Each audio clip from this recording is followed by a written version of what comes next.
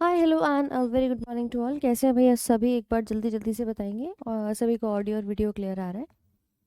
तो आज के सेशन में हम बात करने वाले हैं हमारे ह्यूमन हार्ट के रिगार्डिंग, जो हम ऑलरेडी डिस्कस कर चुके थे आपके सर्कुलेटरी सिस्टम में, कि किस प्रकार से आपके ब्लड फ्लो को हम यहाँ पर देख पाते हैं और ऐसे ही इसके अलग अलग कॉन्सेप्ट्स को।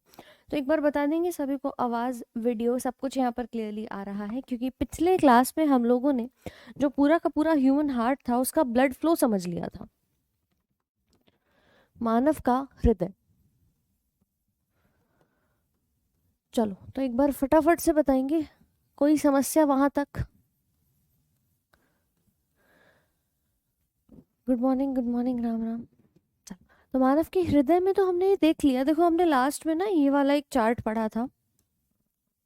आशा करूंगी यहाँ तक किसी को कोई भी प्रॉब्लम नहीं हुई होगी, जिसमें हमने पूरे सर्कुलेटरी सिस्टम के ब्लड के फ्लो को यहाँ पर जाना था कि क्या क्या चीज़ें रहती हैं और किस प्रकार से आपका जो ब्लड है वो ऊपर से लेकर, यानी कि फेफड़ों से लेकर के आपके हृदय तक आता है और उसके बाद आपके बॉडी तक जाता है। तो ये पूरा सिस्टम कहलाता है आपका कंप्लीट डबल सर्कुलेशन, जिसको हमने दोहरा परिसंचरण के नाम से यहाँ पर जाना था। ठीक है भाई, गुड मॉर्निंग सभी को। इसके आगे की चीज़ें के ऊपर हम थोड़ा सा डिस्कशन यहाँ पे कर लेते हैं कि अगला एक कॉन्सेप्ट आता है जिसको कहा जाता है आपका ब्लड प्रेशर।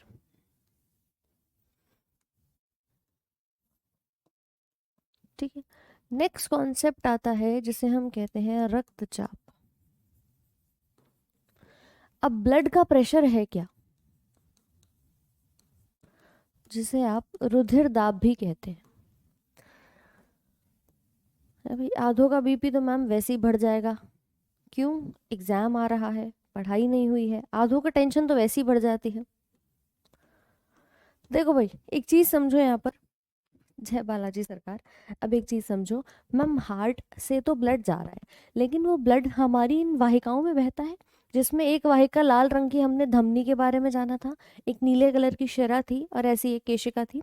अब इनके अंदर जो ब्लड हमारा बह रहा होता है, यहाँ पर मान लो घर में भी कोई पाइप तुम देख रहे हो, पाइप में पानी बह रहा है, तो उस पानी का अपना भी तो कोई प्रेशर होता है कि भाई अगर वो यहाँ बह रही है तो इसकी दीवार पर इस तरफ भी कोई ना कोई प्रेशर लगा रही होगी, लग रहा होगा। उसी प्रेशर को कहते हैं ब्लड प्रेशर। जो प्रेशर इसके अंदर बहने वाला लिक्विड इसकी दीवार पर दोनों तरफ लगाता है, उसे रुधिर दाब कहा जाता है। क्या ये बात सबको समझ में आ रही है? ठीक है, तो लिख लेंगे यहाँ पर, इट इज द प्रेशर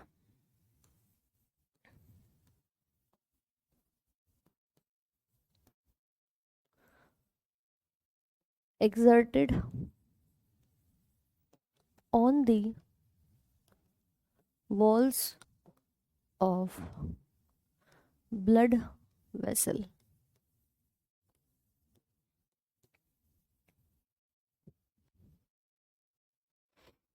यह रक्तवाहिका के दीवार पर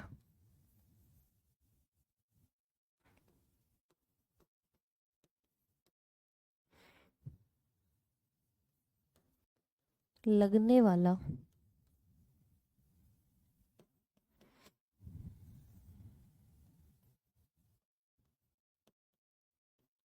दाब है। अगर हम किसी धमनी की बात करें, तो जो आप बीपी देखते हैं 120/80, और ये mmHg होती है इसकी इकाई,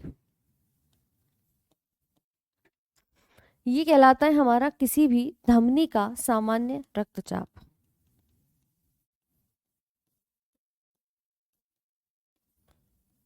ठीक है भाई, ऐसे ही अगर आप लिखोगे कि ये 120 और 80 है क्या, तो 120 जो है इसको हम कहते हैं सिस्टोल और 80 को कहा जाता है डायस्टोल। अब ये सिस्टोल और डायस्टोल का मतलब क्या होता है? सिस्टोल वर्ड से हम समझते हैं कि हमारा हृदय कॉन्ट्रैक्ट कर रहा है, और डायस्टोल का मतलब हमारा हार्ट रिलैक्स कंडीशन में है।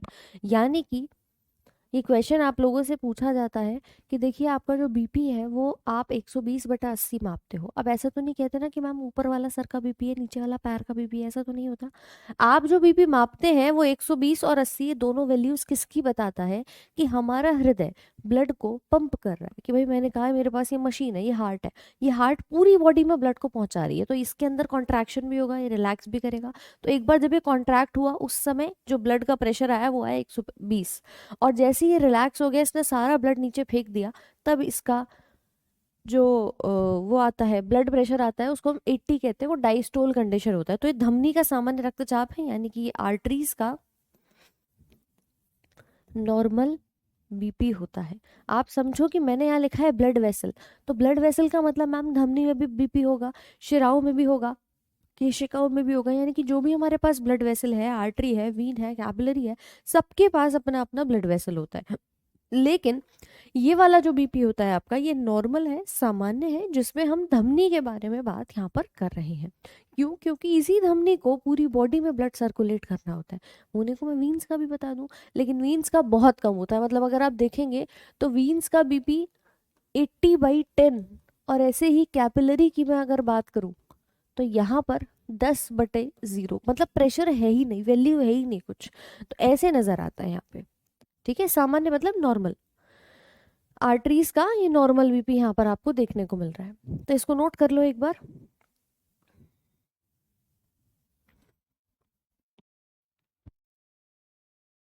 ये फर्स्ट स्लाइड है आज की आपकी, तो लिख लेंगे इसको, पहली स्लाइड है बेटा।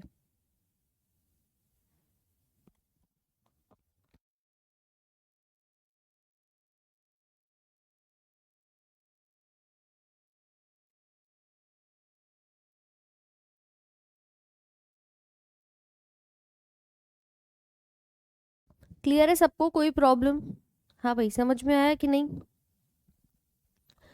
देखो कुछ इस प्रकार से ये जो बीपी है तुम्हारा, ये दिख रहा हो आपको कि ये जो ब्लड बह रहा है, किसी भी एक वाहिका, मान लो एक पाइप है, इसके अंदर जो ब्लड जा रहा है वो ऊपर और नीचे दोनों तरफ क्या लगा रहा है? एक दबाव लगा रहा है। तो इस दबाव को हम कहते हैं ब्लड का प्रेशर। बोलो बात समझे कि नहीं? इसी को कहते हैं रुधिर दाब या आपका रक्तचाप यहाँ पर जैसे कहा जाता है। क्योंकि दो अवस्थाएं होती हैं, एक अवस्था हमारे ये पूरे हृदय की दिख रही है जहाँ पर ये हार्ट है, मानव का हृदय है, और इसी प्रकार से ये क्या कर रहा है? संकुचन भी कर रहा है और ये रिलैक्सेशन भी दिखा रहा है, यानी कि कॉन्ट्रैक्ट हो रहा है, रिलैक्स हो रहा है। जब हार्ट हमारा इस अवस्था में होता है, इसे कहते हैं कॉन्ट्रैक्ट, इसी को कहा जाता है सिस्टोल। आप देख पा रहे हो कि इस टाइम पर हार्ट के अंदर जो था, हार्ट जो ब्लड था वो बेसिकली अभी इजेक्ट हो चुका है, कि हार्ट हमारी बिल्कुल कॉन्ट्रैक्टेड अवस्था में है, और यहाँ पे भर चुका है कि इसने ब्लड जो है वो आगे की तरफ फ्लो कर दिया। अभी कैसा हो रखा है? ये रिलैक्स हो रखा है। तो ये दो अवस्थाएं बन जाती हैं हृदय की, जिससे हम मापते हैं सिस्टोल हुआ है या फिर डायस्टोल हुआ है। भाई एक थम्स अप का साइन फटाफट से भेजो कि मैम हमें ब्लड का प्रेशर समझ में आ गया। देख रहे हो हार्ट, यही है मानव का एक्चुअल हृदय। आधे घबरा जाते हैं कि मैम हमें ऐसे फोटो नहीं देखने।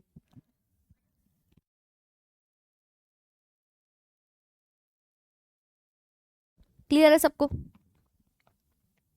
तो ये कहलाता है आपका ब्लड का प्रेशर, और इसी ब्लड के प्रेशर को आप नापते हो जिस मशीन से, वो कुछ इस प्रकार की नज़र आती है, जिसे हम नाम देते हैं स्फिग्मोमैनोमीटर। आप जाते हैं डॉक्टर साहब के पास? क्यों भाई? डॉक्टर साहब के पास जब जाते हैं, कोई भी जाता है, तो वो क्या करता है? हाथ पर, बिल्कुल आपके उल्टे हाथ पर, सीधे पे नहीं बांधता, कभी उल्टे हाथ पर बांधता है। क्यों बांधता है? इसका भी एक रीज़न है कि उल्टे हाथ पर ये जो आम कफ बांधा जाता है, यहाँ आपकी मेन मुख्य धमनी उपस्थित होती है, यहाँ से जा रही होती है, जिससे आप पल्स भी चेक कर सकते हो। तो यहाँ से आप अपने ब्लड के प्रेशर को माप सकते हैं। ये एक मर्करी के साथ उपस्थित एक स्फिग्मोमैनोमीटर नाम का यंत्र होता है। आजकल डिजिटल मॉनिटर्स आने लग गए हैं, आपको सिर्फ और सिर्फ अपने घर में एक मॉनिटर स्क्रीन को इस आम कफ से बांधना है और आपके सामने डिस्प्ले हो जाएगा कि क्या ब्लड प्रेशर आपका है। इसमें तो आपको तब भी पढ़ना पड़ता है कि ऊपर नीचे क्या जा रहा है, डॉक्टर्स अंदाज़ा लगाते हैं, बताते हैं कितना है, लेकिन भैया, है ना? चलो, तो इस मशीन को कहा जाता है स्फिग्मोमैनोमीटर। अब लिख लो इसको एक बार फटाफट से। यहाँ तक लिख लिया है तो मुझे एक थम्स अप का साइन भेज दो जल्दी से। अच्छा लिख लिया है, ठीक है। तो आगे लिखेंगे इसको मेजर्ड बाय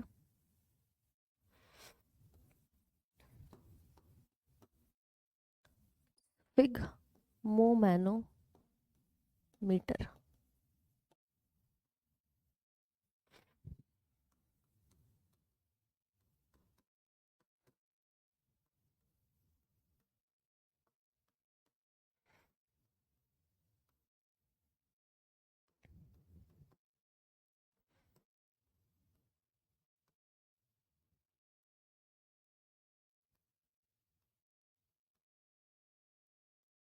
ठीक है, तो ये आपके रुधिर दाब को मापने वाला यंत्र यहाँ पर कहा जाता है। चैतन्य, उल्टे हाथ मतलब लेफ्ट हैंड में आपका ये जो कोहनी से ऊपर वाला हिस्सा होता है, यहाँ पर उस आर्म कफ को बांधकर और फिर आप अपने ब्लड प्रेशर को चेक करते हो। तो इसीलिए हम कहते हैं लेफ्ट हैंड में, राइट हैंड में चेक नहीं किया जाता। ऐसा नहीं है कि लेके पैर में वो आर्म कफ बांध दें, हाथ में बांध दें, कहीं पे भी नहीं। ठीक है, मेजर्ड इन दी बायोस्फिक मैनोमीटर, यही लिख लेना चाहें, इन दी लेफ्ट आर्म, आपके बाएं हाथ में। तो ये जैसे हम बांधते हैं, ये बाएं हाथ में बांधते हैं। ठीक है भाई, क्लास आपकी अभी शुरू हुई थी, टाइम हो गया, चलो।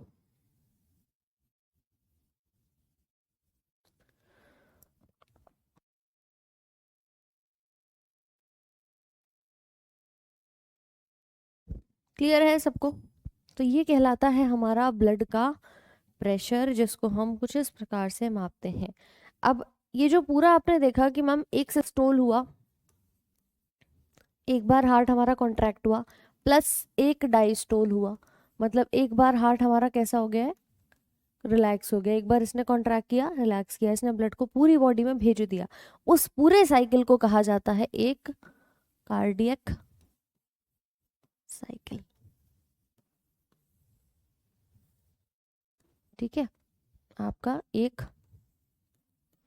पूरा हृदय का चक्र जो है ये बन जाता है कैसे, एक सिस्टोल और एक डायस्टोल से। यहीं से आप क्या देखते हैं, हमारी जो पल्स रेट होती हैं, जिन्हें हम हार्ट बीट कहते हैं, जिन्हें हम कहते हैं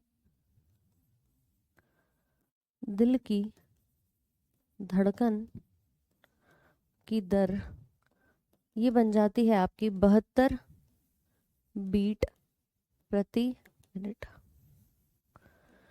ठीक है, इसे हम पल्स रेट के नाम से, हार्ट बीट के नाम से, या दिल की धड़कनों की दर के नाम से यहाँ पर जानते हैं। तो ये कहलाती है आपकी, और इसी के साथ लिखना एक कार्डियक साइकिल जो पूरी होती है वो होती है 0.8 सेकेंड में। जो समय लगता है इसको वो 0.8 सेकेंड का लगता है। तो ये सारी चीज़ें एक बार नोट कर लेंगे मैम। अच्छा यश, हमने बीपी की बात करी है, हमने ब्लड प्रेशर के बारे में बात किया है कि आपका जो बीपी बढ़ जाता है, कभी कभी आप बहुत चिंता में आ जाते हो। बहुत लोग देखे होंगे जिनको बीपी की प्रॉब्लम होती है। तो ब्लड का प्रेशर बढ़ जाना, कम हो जाना, उसमें क्या है ब्लड प्रेशर, तो उसके बारे में हमने बात करी है। पिछली स्लाइड पे हमने लिखा था कि आपका जो बीपी होता है वो धमनियों की, शिराओं की, केशिकाओं की, जो हमने 3 अलग अलग पिछली क्लासेस में रक्त की वाहिकाएं पढ़ी थी, उनके ऊपर लगने वाला दबाव, उसको हम कहते हैं ब्लड प्रेशर। और इसी प्रकार से उनके ऊपर 120/80 का जो दबाव लग रहा है, उसमें 2 वर्ड्स आते हैं, एक सिस्टोल और एक डायस्टोल। इसके बारे में हमने चर्चा करी। सतीश जी बहुत देर से पूछ रहे हैं कि मैम कौन सी नस काटने से डेथ हो जाती है। क्यों भैया, तुम्हें नस काट करके डेथ करने का क्या ऐसा जुनून चढ़ा हुआ है, ये बताओ है। नस काटोगे तो डेफिनेटली तुम्हारा ब्लड का फ्लो रुक जाएगा, जो आपका ब्लड जा रहा है हृदय तक उसको सप्लाई करने के लिए, वो रुक जाता है। ठीक है, एक हमने वीन बताई थी, ग्रीन से कलर की थी, ये अशुद्ध रक्त लेकर जा रही थी। इससे तो मैडम काम नहीं चलता। मतलब ये वाली जो होती है ना, ये ऊपर की तरफ होती है, लेकिन कुछ लोगों की कभी कभी जब बहुत ज़्यादा ब्लड फ्लो हो जाता है तो इससे भी डेथ हो जाती है। वरना जो मुख्य आपके हृदय तक लेकर जाती है वो हमारी धमनी कहलाती है। तो धमनी होती है लाल रंग की। ठीक है भाई, चलो लिख लिया यहाँ तक। प्रेशर कैसे लगता है आर्टरीज पर, एक बात छोटी सी मुझे बताना है, तुम पाइप में पानी जो है उसको अगर चला दिए हो, कहीं पानी बह रहा है पाइप में से, तो डेफिनेटली वो प्रेशर ऊपर और नीचे की दीवार जो मांसपेशी की होगी उस पर लगाएगा या नहीं लगाएगा? वो भी तो आपकी फोल्ड होती हुई नजर आती है। इसी प्रकार से प्रेशर आपका यहाँ पर लग रहा है, जो हम देख रहे हैं ब्लड प्रेशर के नाम से। ठीक है, दिख रहा है भाई सबको? तो ये कहलाया जाता है आपका ब्लड का प्रेशर। अब कुछ अवस्थाएं ऐसी होती हैं जहां पर आपका ब्लड प्रेशर क्या हो जाता है, बढ़ जाता है, यानी कि हाइपर टेंशन हो जाती है, जिसे हम कहते हैं उच्च रक्तचाप।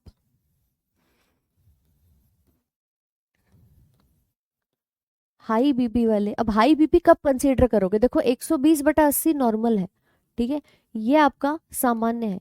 अगर मैं कह रही हूँ इससे बढ़कर के आपका 150/110 तक हो जाता है, ये आपका होता है हाई ब्लड प्रेशर। मतलब यहाँ से हमारा क्या हो गया, इतना बढ़ गया, और ये कहलाएगा MMHG। ठीक है, इसे हम कहते हैं हाई है। लगभग 120 से आगे अगर आपका 140 जाता है, 150 जाता है, उसके आसपास आ रहा है, तो वो हाई बीपी होता है। चलो, और यहीं पर अगर मान लो एनसीईआरटी की किताब के अकॉर्डिंग अगर तुम्हारा बीपी 120/180/120 mmHg तक हो जाता है, इस केस में क्या देखने को मिलता है, अंग विफलता, ऑर्गन फेलियर हो जाते हैं। कई लोगों का आपने सुना होगा कि भैया हाई ब्लड प्रेशर से ब्रेन में स्ट्रोक आ गया, लिवर फेल हो गया, किडनी फेल हो गई, ब्रेन जो है वो आपका दिक्कत कर गया, स्ट्रोक आ गया। बहुत सारे अलग अलग डिसऑर्डर्स होते हैं इस बीपी पे, कि बीपी इतना ज़्यादा बढ़ गया कि इंसान के बाकी के जो ऑर्गन्स थे वहाँ पर प्रभाव पड़ा है। तो ऑर्गन फेलियर की, किडनी फेल हो गई, आपका लिवर फेल हो गया, ये कहानी सुनने को मिलती है। ऑर्गन फेलियर के केस आ जाते हैं इस बीपी पे। तो ये तो एक्सट्रीम बीपी होता है आपका, जो कि होना ही नहीं चाहिए। समझ पा रहे हैं बात को?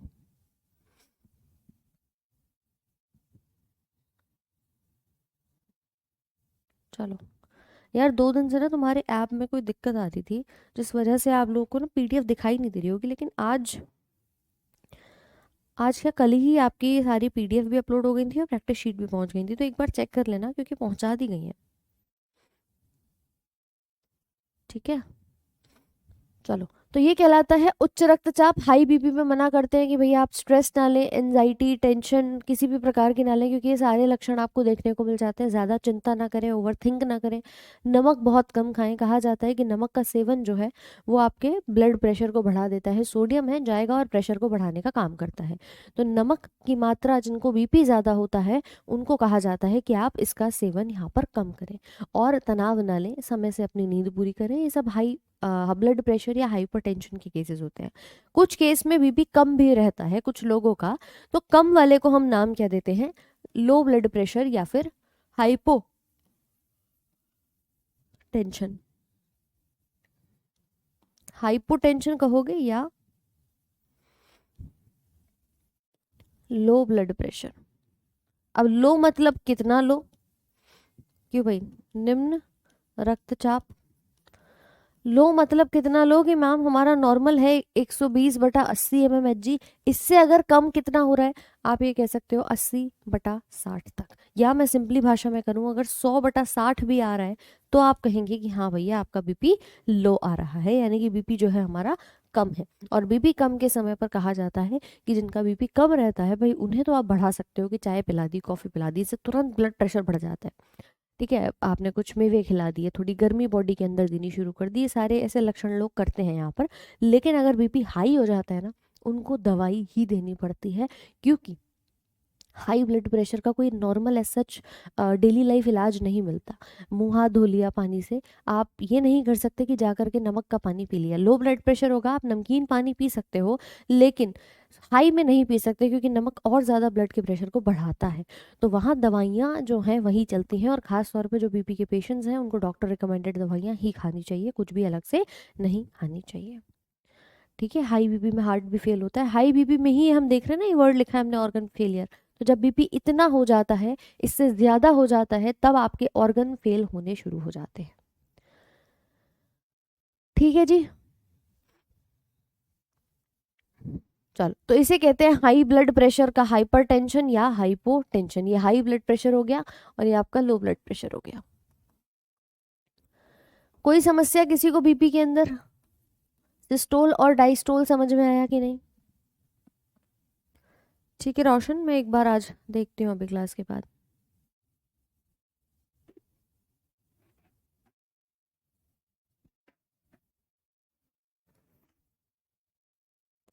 लिख लिया सबने?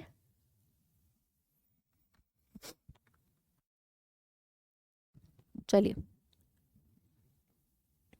तो भाई ये थे आपके ब्लड के प्रेशर के केसेस। इसी के साथ नेक्स्ट हम यहाँ पर बात करेंगे। देखो, कुछ इस प्रकार का मानव का हृदय दिखाई देता है। अब देखिए, हार्ट हमने अंदर से तो पढ़ लिया कि अंदर इसके 4 कपाट देखे थे, 4 वॉल्व हमने बात करे थे, ठीक है। चलो, अनन्या मैंने बोल दिया बच्चे, हो जाएगा आपका आज में, है ना। तो अगर हम बात करें आपके हार्ट के बारे में, तो हार्ट आपका अंदर से तो कुछ ऐसा दिखता है, लेकिन बाहर से कैसा दिखाई देगा? तो बाहर से जब आप देखते हो तो आपकी जो लेयर होती है कुछ एक इस प्रकार की नजर आती है। देखो, ये तो हम जान चुके हैं ना कि आपका हार्ट क्या होगा। नॉर्मली एक मांसपेशी से बना हुआ ऑर्गन है। मैंने कहा पकड़ के ना मैं इसे छील देता हूँ, खोल देता हूँ, तो आपको ना कुछ ऐसा दिखाई देगा। जैसे हम घर पे किसी सब्जी को छीलना शुरू करते हैं, आप किसी भी वेजिटेबल पीलिंग के टाइम पर देखते हो, हम उसे क्या कर रहे हैं, ऊपर से हटा रहे होते हैं। ऐसे ही जब आप हार्ट की बात करोगे तो यहाँ पर भी क्या पाई जाती है, आपकी एक बाहर की झिल्ली है, एक कवरिंग है जो हमारे इस ऑर्गन को प्रोटेक्ट कर रही है। जैसे लंग्स में प्ल्यूरा नाम की एक लेयर थी जो उसको बचा रही थी, हार्ट के अंदर ये एक बाहर की तरफ आप लेयर देख पा रहे हो, अंदर हार्ट है। समझ पा रहे हैं? तो ये अगर हम इस लेयर की बात करें तो कहा जाता है पेरिकार्डियम। आप देख सकते हैं कुछ इस प्रकार से, हमने इसको पकड़ के क्या करा, खोल दिया। हमने इसको पकड़ के खोल दिया है यहाँ पर, जो कि हमें ये ऐसा दिखाई दे रहा है। तो इस प्रकार का हमारा ऊपर से कवरिंग नजर आता है, जिसे नाम देते हैं पेरिकार्डियम। लेकिन ये पेरिकार्डियम दिख तो देखो एक झिल्ली तुम्हें रही है, बट ये होती कितनी है? ये 3 होती है, 3 लेयर से मिलकर के बनी हुई होती है। तो अगर मैं आपसे बात करूं कि भाई इसके अंदर कौन कौन सी झिल्लियां उपस्थित होती हैं, तो आप देख सकते हो 3 डिफरेंट हार्ट की वॉल्स यहाँ पर पाई जाती हैं। कुछ इस प्रकार से, एक बाहर की तरफ होती है एपिकार्डियम, फिर ये बीच वाली हिस्सा होता है मायोकार्डियम, और अंदर वाला हिस्सा कहा जाता है एंडोकार्डियम। तो आउटर लेयर जो होगी इन तीनों को मिला करके बनती है हमारी पेरिकार्डियम। समझे कि नहीं बात को? तो क्वेश्चन आएगा outer layer of your human heart. तो नेक्स्ट इसमें एक पॉइंट डालकर लिख लेंगे,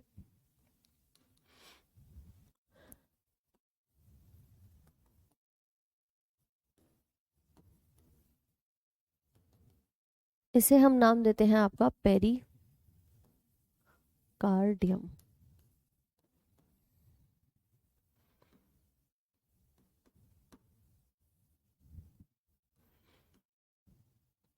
देखिए, और इसी के अंदर 3 लेयर्स लिख देना एक बार,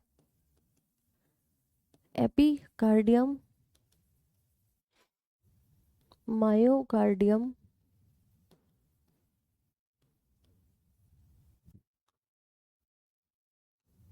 एंडोकार्डियम। ये आउटर है, ये मिडिल है, और ये इनर लेयर होती है। हृदय का बाहरी आवरण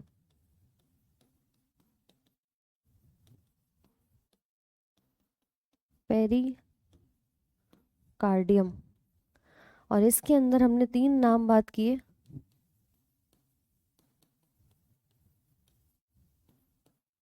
एपिकार्डियम,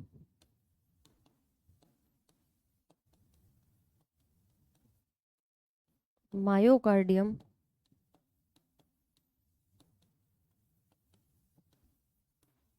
और एंडोकार्डियम। ठीक है, ये वाली आपकी क्या हो गई, बाहरी, ये हो गई मध्य में, और ये हो गई तुम्हारी भीतरी झिल्ली।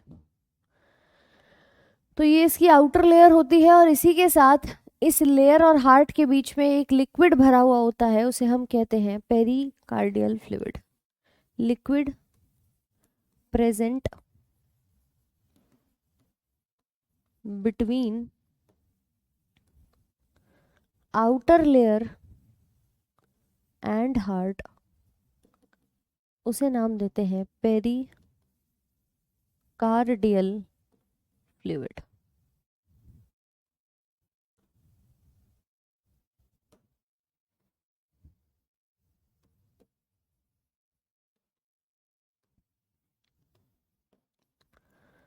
हृदय व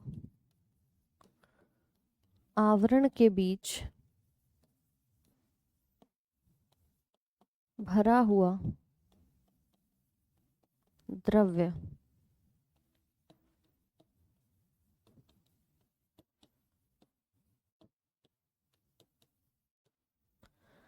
क्लियर है भाई? देखो, मैंने कहा कि तुम्हारा हार्ट है, हर ऑर्गन के बाहर एक अपनी आउटर लेयर होती है, ऐसे ही हार्ट के ऊपर भी एक आउटर लेयर है। इसकी जो बाहर की झिल्ली है, जो पेरिफेरी बनी हुई है, जो बाउंड्री बनी हुई है, उसको हम नाम देते हैं पेरिकार्डियम। ये पेरिकार्डियम 3 लेयर्स में से मिलकर के बनी है। इसके अंदर भी बाहर की झिल्ली होती है एपिकार्डियम, अंदर की मायोकार्डियम और एंडोकार्डियम। तुम्हें ऐसे नहीं समझ में आया तो आप इस प्रकार से देख सकते हो, 1, 2 और 3। हमने इस पूरी लेयर को 3 भागों में बांट दिया और इसी लेयर का नाम हमने इन टोटल तीनों को मिला करके क्या दिया, आपका पेरिकार्डियम का नाम दिया। तो ये हमारे एक बाहर की लेयर है जो कि आप देख रहे थे कुछ इस प्रकार से आपके हार्ट के अंदर उपस्थित होती है कि अगर मैं इसका बाहर का लेयर देखूंगी तो मैं इसे बांट सकती हूँ 3 डिफरेंट लेयर्स के अंदर, लेकिन उन तीनों को मिला के मैंने एक लेयर का नाम दिया पेरिकार्डियम। बोलो अब समझे कि नहीं समझे? ठीक है, ये 3 लेयर्स में यहाँ पर बट गई है। क्या ये बात सबको क्लियर हुई कि नहीं? हम क्लास थोड़ा लेट कीजिए। अच्छा, अभी तो टाइमिंग यही है, अगर चेंज होता है तो आपको इन्फॉर्मेशन मिल जाएगी भाई। चलो, समझ आया कि नहीं आया कि कुछ इस प्रकार की हमारी ये 3 लेयर्स होती हैं। हम इस आवरण के बारे में बात कर रहे हैं, ये जो आपके हार्ट के ऊपर की तरफ मौजूद है। ठीक है, ये जो बाहर की तरफ हम एक लेयर खुलती हुई देख पा रहे हैं, इस लेयर को नाम दिया जाता है पेरिकार्डियम, ये वाली जो आपको खुलते हुए नजर आ रही है। और इसके और हार्ट के बीच में, जैसा कि हमने पढ़ा था कि भाई कोई भी ऑर्गन है उसके साथ जब कोई बाहर की लेयर लगती है तो यहाँ बीच में एक लिक्विड पाया जाता है। उस लिक्विड को हम नाम दे रहे हैं पेरिकार्डियल फ्लूइड। कि इन दोनों के, हार्ट और इस लेयर के बीच में जो द्रव्य यहाँ पर भरा हुआ होता है इसकी झिल्ली में, उसे नाम दिया जाता है पेरिकार्डियल द्रव्य। क्या क्लियर है सबको? तो ये बाहर की लेयर हो गई मैम। अंदर का सिस्टम हमने समझ ही लिया कि अंदर क्या क्या चीज़ें होती हैं। अब ये हार्ट जहाँ बैठा है, अगर हम उसको देखें तो ये कैसा दिखाई देगा, है ना? उसको देखें तो कैसा दिखाई देगा, ये लिख लिया है सबने? एक थम्स अप का साइन भेज दो एक बार। सोनम, ये यूनिट होती है इसकी Hg, मतलब मरकरी। मरकरी के लिए हम हाइड्रक आयरन का एक सिंबल लिखते हैं ना, Hg। पारा के लिए जब हम लिखते हैं Hg, तो ये Hg जो है वो पारा से संबोधित है आपका। तो हम इसको नाम लेते हैं, इसकी पूरी इकाई को mmHg, मिलीमीटर, और आपके Hg यानी कि मरकरी से संबंधित इसको लिखा जाता है। ठीक है, सबको क्लियर है?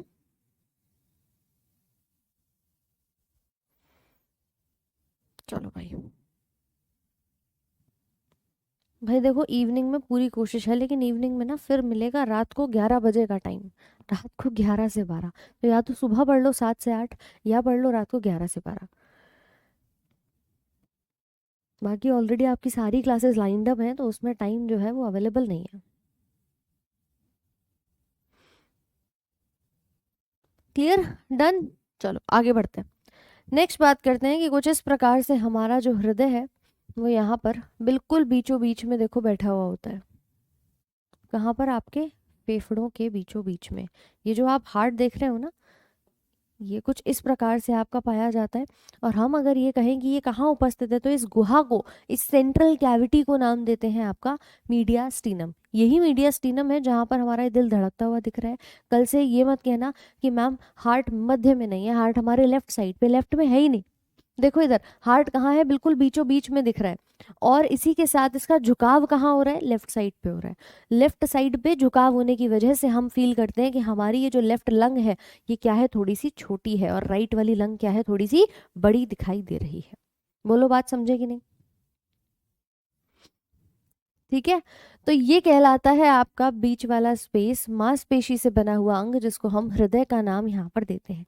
अब इसी हृदय के अंदर आपने अंदर की कहानी तो समझ ली, लेकिन मैडम ये हमारे 4 कपाट होते हैं भाई। याद है सबको कि हमने कहा था जब भी हमारा ब्लड फ्लो होगा तो एक बायकस्पिड वॉल्व है, एक ट्राइकस्पिड है और 2 सेमील्यूनर वॉल्व है। तो ये कुछ इस प्रकार के आपको नजर आते हैं। ये जो आप गेट देख पा रहे हो, ये गेट जब भी कुछ आ रहा है तो खुलेंगे और तब जाकर सामान को ऊपर या नीचे भेज रहे हैं, यानी कि ब्लड को। तो ये देख सकते हैं, इन्हें हम कहते हैं 4 आपके हार्ट के वॉल्व्स। क्लियर? अच्छा ठीक है चलो, टाइमिंग पे बाद में डिस्कशन कर लेंगे, पहले समझ लो। तो ये हमारे 4 वॉल्व हैं और 4 ही हमारे क्या पाए जाते हैं, चैम्बर्स पाए जाते हैं। तो जैसा कि हमने पढ़ा था कि एक चैम्बर ये रहा, एक ये रहा, एक ये रहा और एक ये रहा। ये आपका दाहिना भाग है, राइट पोर्शन है, ये आपका लेफ्ट भाग है। यहीं से ये निकलती हुई जो आपको नजर आ रही है, इसे कहते हैं एरोटा यानी कि महाधमनी। अब ये वाला स्ट्रक्चर जो है थोड़ा कॉम्प्लेक्स सा हो जाता है, बच्चे इसे नहीं समझते खास तौर पर। तो ये एक स्ट्रक्चर हमें दिख रहा है, महाधमनी लेकर के आ रही है आपके लेफ्ट वेंट्रिकल के अंदर। और इसी प्रकार से दूसरी तरफ जो जा रही है ये आपकी सुपीरियर वेना कावा महाशिरा कही जाती है। वहां वेना कावा लिख दो या सुपीरियर वेना कावा लिख दो, बात सही है। लेफ्ट साइड में हार्ट का झुकाव ज्यादा होता है, जी हाँ। तो ये हमारे हृदय के अंदर के और बाहर के चैम्बर्स को हमने यहाँ पर समझ लिया। अब मुद्दा क्या आता है कि मैम एक बात बताओ, ये जो हमारे दिल की धड़कन बनती है ये कहाँ से बनती है? कई बार आप लोगों ने सुना होगा ना, हमारे बॉडी में एक पेसमेकर पाया जाता है। अभी वो क्या है पेसमेकर? पेसमेकर का काम होता है तुम्हारे दिल की धड़कन को बनाना। यानी कि ये जो धड़कन बनती है कि देखा तुझे और दिल में बजी गिटार, भाई गिटार विटार नहीं बजती, दिल में सिर्फ धड़कनें बनती हैं। और वो धड़कन भी किस नाम से होती है? लब और डब के नाम से। कोई धक धक नहीं हो रहा है ना, कोई भी धक धक नहीं होती। क्या होती है? सिर्फ लब और डब होती है। तो ये जो धड़कन बनती है ये कहाँ से बनती है? हार्ट में आप देख पा रहे हो एक करंट सी फैलती हुई नजर आ रही है मेरे को, ऊपर से नीचे तक आ रही है। इसे कहा जाता है आपका पेसमेकर का काम। अभी पेसमेकर क्या है देखो जरा इधर। ये मैम हमारा हार्ट है। इस हार्ट के अंदर ऊपर के 2 हिस्से, नीचे के 2 हिस्से, ठीक है। मैं आपसे ये कहूं कि भाई देखो ये जो राइट वाला भाग होता है जिसे हम कहते हैं राइट, कर देते हैं, ठीक है, इसे हम कहते हैं राइट ऑरिकल, यानी कि आपका जो दायां आलिंद है ये दिखाई दे रहा है। इस दाएं आलिंद के अंदर बिल्कुल इस कोने में ये वाला हिस्सा जो है, यहाँ कुछ होगा जहां से करंट बननी शुरू होगी। मैं तुम्हें और इसे रफ डायग्राम बना के दिखा देती हूँ एक। आपने बोला मैम ये हमारे 4 चैम्बर हैं, ठीक है भाई है, इन्हें हम बांट देते हैं। ये आपका राइट ऑरिकल है, ये आपका लेफ्ट ऑरिकल है, ये राइट वेंट्रिकल है और ये लेफ्ट वेंट्रिकल है। मैं तुमसे एक छोटी सी कहानी कह रही हूँ कि भाई मेरे देखो यहाँ इस कोने में ना कुछ पाया गया है और ये है जो कि धड़कन को बनाना शुरू करता है, ठीक है। ये धड़कन को बनाना शुरू करता है। शिल्पा सबके कॉमन आ रहे हैं। तो मैम यहाँ पर इस पॉइंट को हम नाम देते हैं S A node. S A node का मतलब क्या है समझो जरा इधर। एस वर्ड का मतलब होता है साइनो और ए मतलब होता है एट्रियल। अभी ये एट्रियम है ना, हमारा आलिंद है ना, इधर देखो भाई ये आलिंद है, तो आलिंद के लिए तो मैंने एट्रियम लिख दिया, समझ में आया। अब ये साइनो मतलब होता है कोना, कॉर्नर, ठीक है, कोने में है कोई चीज, कॉर्नर में है। तो आप लिख सकते हो ना कॉर्नर में आलिंद के एक छोटा सा ये पॉइंट बना हुआ है, तो मैंने इसको नाम दे दिया एस ए नोड। इस ऐसे नोड ने क्या किया, तुम्हारी धड़कन बनानी शुरू करी और इसने करंट फैलानी शुरू करी, जो यहाँ से लेकर के धीरे धीरे करके कहाँ जाएगी, इस हिस्से में आती है। यहाँ पर एक ऐसी नोड पाया जाता है जो एवी नोड के नाम से जाना जाएगा। फिर एक पॉइंट यहाँ आता है और फिर यहाँ से आने के बाद वो धीरे धीरे करके इन दोनों लंग्स के अंदर फैल जाता है नीचे की तरफ। तो इस पूरे पैसेज को, कि ये जो ऊपर से आया आकर के इस प्रकार से ये फैल रहा है ना, यहाँ कुछ तंतु लगे होंगे, तो इसको कहते हैं हार्ट बीट जनरेशन। यहाँ से दिल की धड़कन बननी शुरू हो जाती है और इसी एस ए नोड को कहा जाता है पेस मेकर ऑफ हार्ट। भाई समझ आया तो एक थम्स अप का साइन जल्दी से भेज दो मेरे को। पेस मेकर मतलब मैम पेस बना रहा है, धड़कन बना रहा है, ठीक है। किसी लड़की को देखकर धक धक नहीं बढ़ती है तुम्हारी, कुछ भी नहीं होता है, तुम्हारे ख्याली पुलाव है। उस लड़की को देखकर दिल तो नॉर्मल धड़क रहा है, मगर मेरी बात सुन लो जरा, वो ब्रेन का काम होता है। नर्वस सिस्टम पढ़ेंगे, ब्रेन में सब कुछ समझेंगे कि मैम इमोशंस का काम है, हाइपोथैलेमस का काम है। दिल बेचारा केवल बदनाम है, वो सिर्फ एक ऐसा अंग है जो हार्ट में ब्लड को पहुंचा रहा है बॉडी के अंदर और ब्लड को रिसीव कर रहा है, दैट्स इट। यहाँ पर इसका काम क्या चल रहा है कि धड़कन बना रहा है। अब धड़कन कैसे बनी, तो मैंने कहा ये वाला पॉइंट है, यहाँ से करंट उठेगी और यहाँ तक जाएगी, यहाँ तक जाएगी और नीचे से पूरे हिस्से में फैल जाएगी, ठीक है। तो इसे कहा जाता है पेस मेकर ऑफ हार्ट। यही चीज आप सेम कहाँ देख रहे हो, यहाँ देख रहे हो कि देखो भैया करंट तुम्हारी कहाँ से दौड़ी, यहाँ से आई यहाँ तक, यहाँ से फिर इस हिस्से में बीच में गई और फिर ये नीचे जा करके दोनों आपके वेंट्रिकल्स में, निलय में फैल जाती है। ठीक है, दोनों निलय में क्या दिख रही है मुझे, फैलते हुए नजर आ रही है। तो इसको कहा जाता है आपका पेसमेकर। जब लोगों का ये पेसमेकर कुछ केसेस में खराब हो जाता है ना, तो आर्टिफिशियल पेसमेकर लगाया जाता है, फिर वो बीमारी हम यहाँ पर पढ़ते हैं। देखिए जरा इधर, ये करंट आपको यहाँ से उठती हुई दिखी, यहाँ यहाँ, और ये फैल रही है। ये येलो कलर की एक लाइट दिखाई दे रही है सबको कि नहीं, जल्दी से बताओ एक बार। अमन भैया सुबह सुबह देखो इसने कहा मैम दिल की धड़कन बन रही है। धड़कन मतलब लब और डब की साउंड आ रही है। अब वो धड़कन को बनाने वाला कौन है, मैंने उस बिंदु का नाम बताया, इस कोने से चली आ रही है, उस कोने के नाम को मैंने कहा एस ए नोड। एस मतलब साइनो, साइनो मतलब कॉर्नर, एट्रियम मतलब आलिंद। इस हिस्से में बैठा हुआ है ये जो नोड है, और यहाँ से अपने करंट को भेजना शुरू कर देता है कि तुझे देखा और दिल में गिटार, गिटार नहीं बजेगी, ये करंट दौड़ेगी। ब्रेन में भी दौड़ती है, यहाँ भी दौड़ रही है, वहां न्यूरॉन्स के रास्ते होगी, यहाँ पर आपके ऐसे नोड के रास्ते हैं, और क्या बना रही है, आपके धड़कन को बना रही है। ठीक है मैम, ये पेसमेकर काम करना बंद कर दे तो हम इसे चेंज करा सकते हैं। पहली चीज, अगर ये पेसमेकर काम करना बंद कर दिया तो देखो जिसका जो काम है वो समझो, इसका काम क्या है, धड़कन बनाना। अब अगर इसने धड़कन नहीं बनाई तो क्या होगा, कहानी खत्म। सोचो जरा, इंसान खत्म। तो इसको धड़कन बनाना बहुत आवश्यक है। अगर मान लो ये काम नहीं करता, उस दौरान व्यक्ति के अंदर आर्टिफिशियल पेसमेकर लगाया जाता है, जो कि कुछ इस प्रकार का आपको दिखाई देता है। आप बोलोगे मैडम ये क्या है, ये एक यंत्र है, एक डिवाइस है, जो जैसे हमारा ऐसे नोड काम कर रहा था ना, वैसा ही काम करता है। इसके दो तार निकल रहे हैं जैसा कि आप देख पा रहे हो, इसके दो तार यहाँ पर निकले हुए हैं। इसको बॉडी के अंदर ना कुछ ऐसे लगा दिया जाता है, ये रहा हिस्सा, ये है वो पेसमेकर जिसको लगा के, और इसके दो तार हम यहाँ से जोड़ देते हैं, सेम हमारे हृदय के अंदर जो आ जाते हैं। तो ये आर्टिफिशियल पेसमेकर होता है, जो डॉक्टर ऑपरेट करके वहां कोने में जा करके आपके हार्ट में रख देते हैं। ठीक है, एलए का क्या काम होता है भाई, ये हिस्सा है, कोना है, एक लेफ्ट, जो हमने चार कक्ष बताए थे उसमें उसमें आपका लेफ्ट एट्रियम नाम का एक चैम्बर है हार्ट का। चलो भाई जल्दी से बताओ, कहानी क्लियर हुई कि नहीं हुई, फटाफट से। मोए मोए हो गया इनका है, ये मोए मोए नाम की अलग बीमारी चल रही है। ये भी बीमारी है, खैर बहुत बीमारियां हैं बायोलॉजी के साथ। एसएससी में कितने क्वेश्चन, बायोलॉजी के क्वेश्चन एसएससी में भी आपको 5 से 7 बड़े प्यार से देखने को मिल जाते हैं, बेटा पढ़ लो इसीलिए। समझे कि नहीं समझे, तो इसे कहते हैं artificial pacemaker of your heart, जो कि आप इंसर्ट कराते हैं जब हमारा हार्ट में एसए नोड काम नहीं कर रहा होता है। तो इसीलिए याद रखना, इस हिस्से को नाम दिया जाता है पेस मेकर। अभी इसको लिख लो एक बार, ठीक है। चाहो तो आप इसे बना सकते हो, ये इतना भाग जो है इसे कहा जाता है pacemaker of heart. S A node का नाम आपके लिए आएगा, एस ए नोड की फुल फॉर्म पूछेगा तो बता देना, साइनो एट्रियल नोड। यही पूछता है सीधे सीधे, कौन सा है हमारा पेसमेकर। ठीक है, एवी मतलब एट्रियो वेंट्रिकुलर वॉल्व। ठीक है, ये इतनी चीजें आती नहीं है, इसलिए मैं तुम्हें सिर्फ वो लिखवा रही हूँ जो इम्पोर्टेंट है, राइट।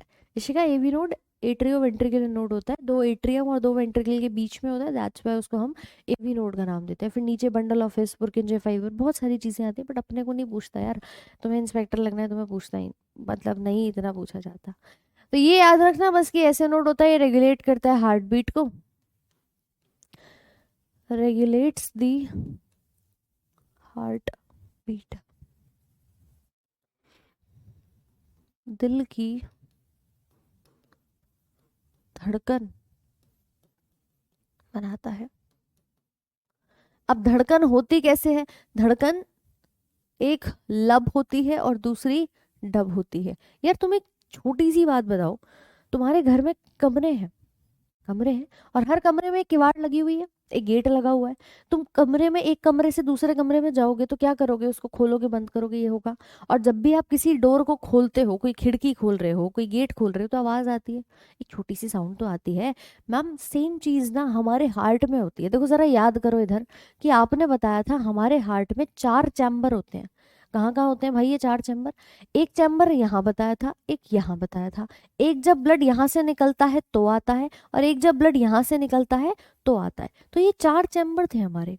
सोचो जरा कि जब ब्लड हमारा एक हिस्से से, मतलब मैं कह रही हूँ कि नॉर्मली ये गेट जो है वो पहले बंद था, लेकिन जैसे ही आपका ब्लड गया तो ये खुल गया, तो इसको खुलने के बाद कुछ आवाज आई होगी भाई, कुछ तो आवाज आती है।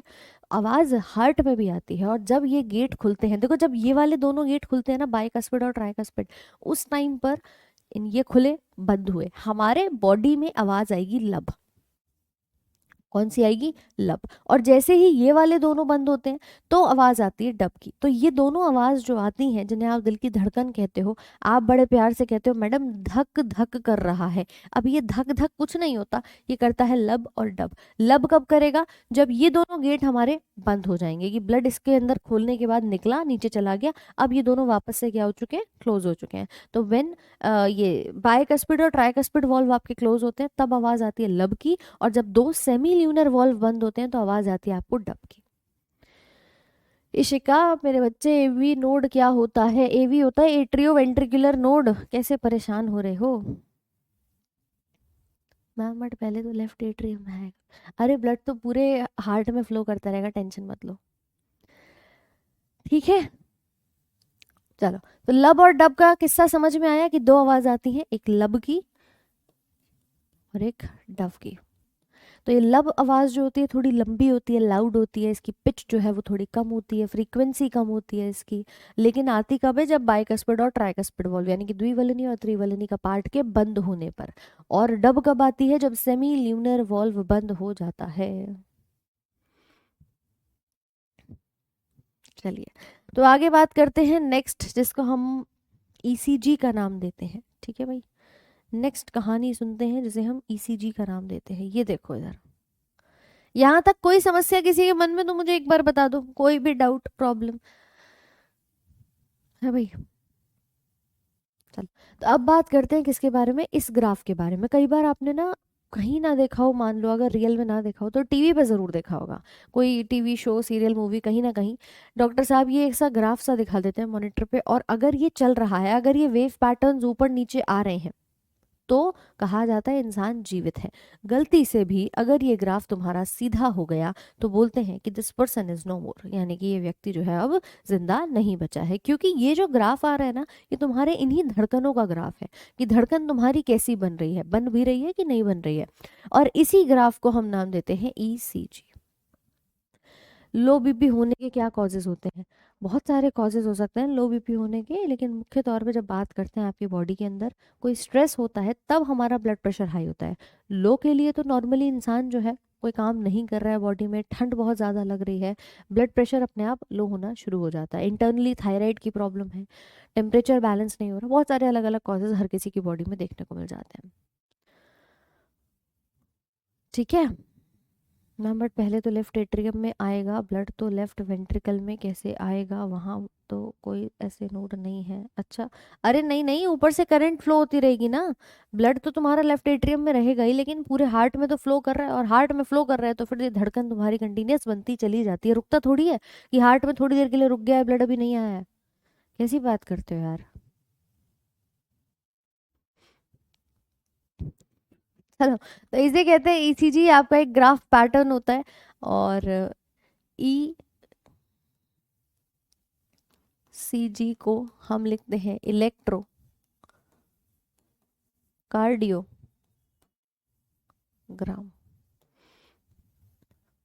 ठीक है। It measures the electrical activity of heart। ये है विद्युत गतिविधि को मापता है। हृदय के अंदर जो भी विद्युत गतिविधि होगी उसको मापने का काम करता है। इसके फादर का नाम याद रखना, विलियम ईंथोवन।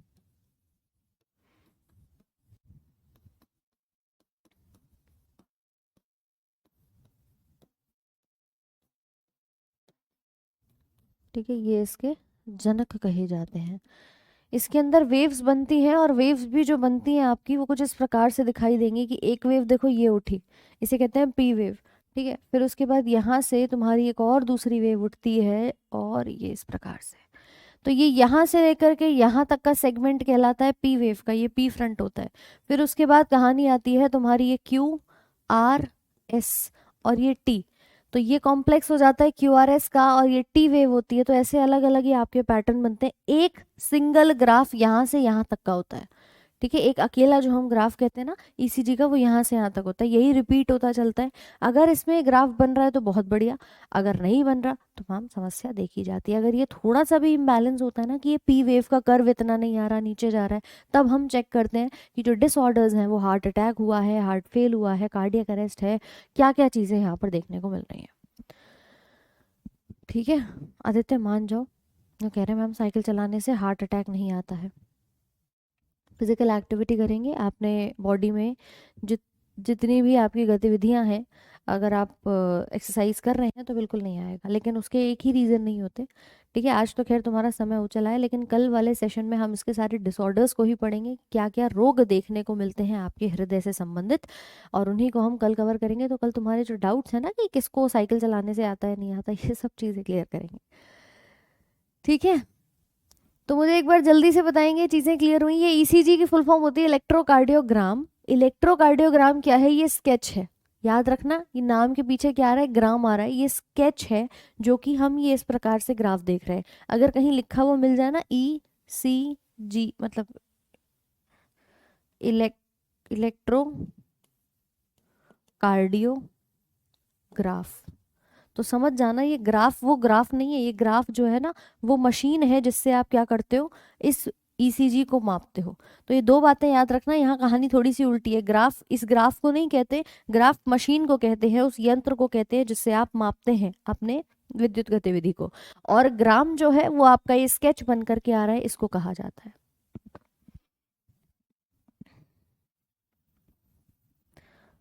ठीक है, इससे यूपी पुलिस का कवर हो जाएगा। हाँ बिल्कुल हो जाएगा भाई। स्मोकिंग करने से कोई प्रॉब्लम होती है क्या? कोई प्रॉब्लम? बहुत प्रॉब्लम होती है स्मोकिंग करने से। समझ तो आ गया सब, लेकिन अब हार्ट पढ़ के दिल। अच्छा चलो, चलिए शोभित भाई बिल्कुल हो जाएगा। और इसी के साथ जो कह रहे हैं स्मोकिंग का क्या रिलेशन है, मैं वही कह रही हूँ आपसे, कल पानी में डूब गए तो क्या होगा, स्मोकिंग करी है तो क्या होगा, heart attack, high blood pressure, ये सारे जो रोग है ना उन सब के ऊपर चर्चा करेंगे। तो मुझे एक बार क्विकली बता दो, यहाँ तक किसी के मन में कोई भी डाउट प्रॉब्लम हो तो एक बार जल्दी से, क्योंकि भाई देखो ये चीज़ें आप लोगों को ना फिर नहीं मिलने वाली। ये कहलाता है हमारा हार्ट। ये देखो इधर ऊपर से जैसे ये करंट बनी तब आता है ग्राफ, ऐसे नोट से नीचे आया, नीचे से फिर पूरे दोनों फाइबर्स में फैल गया, तब ये पूरा पूरा पैटर्न बनता हुआ चला जाता है। तो इसे हम कहते हैं ईसीजी, इलेक्ट्रोकार्डियोग्राफी, जहां आप अपनी हृदय की विद्युत गतिविधियों को मापने का काम यहाँ पर करते हैं। आपकी धड़कनों का जो ग्राफ है वो यहाँ पर बन के तैयार हो जाता है। हाँ सैटरडे को क्लास होगी आरुषि। ठीक है भाई, सैटरडे है कल, क्लास होगी आपकी। चलो, तो खैर ये सारी चीज़ें हैं, आशा करूंगी सब कुछ क्लियर हो गया हो। अभी देखो मैं तुम्हें एक चार्ट यहाँ पर शो कर रही हूँ। कहीं पर भी कैसे भी अगर वो शब्द दिख जाए पूरी बायोलॉजी में, ये आपको हेल्प करेंगे। ये मतलब एक ऐसा ट्रिक मान लो जो आपको हर जगह नहीं मिल सकता। एक छोटा सा यहाँ पर चलिए देखो, कई जगह ना कई सारे ऐसे शब्द आते हैं जो देख करके हम कंफ्यूज हो जाते हैं कि मैम ये वर्ड किससे संबंधित है। तो आपको अभी ये पीडीएफ के अंदर मिल जाएगा, आराम से नोट कर लेना। अगर कहीं वर्ड आ रहा है कैरोटिड, मैं तो स्पेशली धमनी की बात कर रही हूँ, ठीक है, तो धमनी से रिलेटेड मान लो मैं कहीं धमनी नहीं भी लिख रही, कैरोटिड आर्टरी नहीं लिख रही, तो सिर्फ कैरोटिड वर्ड अगर कहीं दिखता है तो आप बात कर रहे हैं सिर के बारे में, मतलब हमारे ब्रेन के बारे में, हेड के बारे में बात हो रही है। जैसे हम नॉर्मली कहते हैं ना, अभी कार्डियक वर्ड हमने पढ़ा, तो पूरी कार्डियक वर्ड हमने किसके लिए देखा, हार्ट के लिए, हृदय के लिए। ऐसे ही कैरोटिड शब्द अगर कहीं दिखता है तो समझ जाना हम बात किसकी कर रहे हैं, सर के बारे में। कहीं वर्ड दिख जाए सब क्लेवियन, तो हम बाजू की बात कर रहे हैं, हमारी आर्म्स के बारे में बात कर रहे हैं। अगर पल्मोनरी वर्ड आता है तो मतलब फेफड़ों के लिए बात की जा रही है। आर्टरी है तो समझ जाइए आर्टरी का काम क्या होता है, एचबी पेंसिल वाला, कि हार्ट से बॉडी के ऑर्गन तक पहुंचाती है। तो ये धमनी का काम क्या होगा, खैर ये तो अपवाद है, हृदय से बॉडी के ऑर्गन्स तक पहुंचाने का काम देखने को मिल रहा होगा। अगला एरोटा, आपको पता है महाधमनी है, हृदय से पूरे शरीर तक ब्लड को पहुंचाती है। अगला आता है रीनल। रीनल वर्ड हमेशा वृक्क यानी कि आपकी किडनी के लिए आता है, तो इसको भी हम यहाँ पर याद रखेंगे। इसी के साथ लिखा है हिपैटिक। हिपैटिक, अच्छा ये गलत है, हिपैटिक होता है आपके यकृत के लिए। तो कहीं हिपैटिक वर्ड आ रहा है तो बता देना कि भैया लिवर की बात हो रही है, यकृत की बात हो रही है। और गैस्ट्रिक वर्ड आ रहा है तो आपके आमाशय के लिए आता है। इलियक वर्ड फिर आपके टांग यानी कि आपके लेग के लिए आएगा। और फीमोरल भी आपके पैर के लिए आता है यानी कि आपके लेग्स के लिए आता है। तो ये कुछ 4-5 वर्ड्स हैं, अगर ये कहीं पर भी दिख जाते हैं तो आप इनको समझ जाइएगा कि ये किस अंग से संबंधित हैं, क्योंकि body is all about words.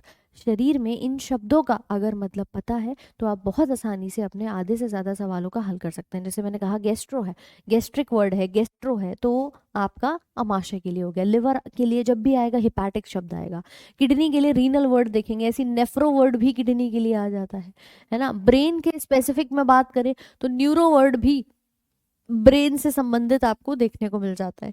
तो ये कुछ ऐसे ट्रिक्स हैं, बस इनको अपना पीडीएफ से एक बार पढ़ लेना चाहो तो लिख सकते हो। ठीक है भाई, कितने हार्ट अटैक से इंसान मरता है डिपेंड करता है हार्ट अटैक की फ्रीक्वेंसी और इंटेंसिटी कैसी है, तो वो सब कल बात करेंगे। अभी आपकी आज की क्लास को यहीं तक रखेंगे। और इसी के साथ आप कह रहे हैं मैम इसे इंपॉर्टेंट पॉइंट बोलेंगे, इसे वेरी वेरी इंपॉर्टेंट पॉइंट बोलेंगे। ये आपके की पॉइंट्स हैं जो कि आपको पूरी बायोलॉजी में हेल्प करेंगे। ठीक है, पूरी बायोलॉजी के अंदर ही हेल्प करेंगे। वाईटी की क्लास की टाइमिंग, वाईटी आज आपका वही सेम टाइम होगा 11 बजे सुबह।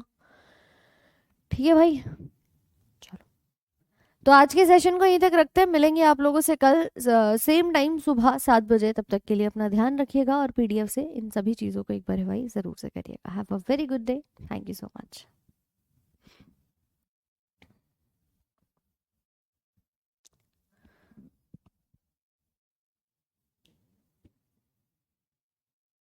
मनीष एक बार चेक करना, हो जाएगा वो, है ना। फर्स्ट क्लास भी आपकी ठीक हो गई है।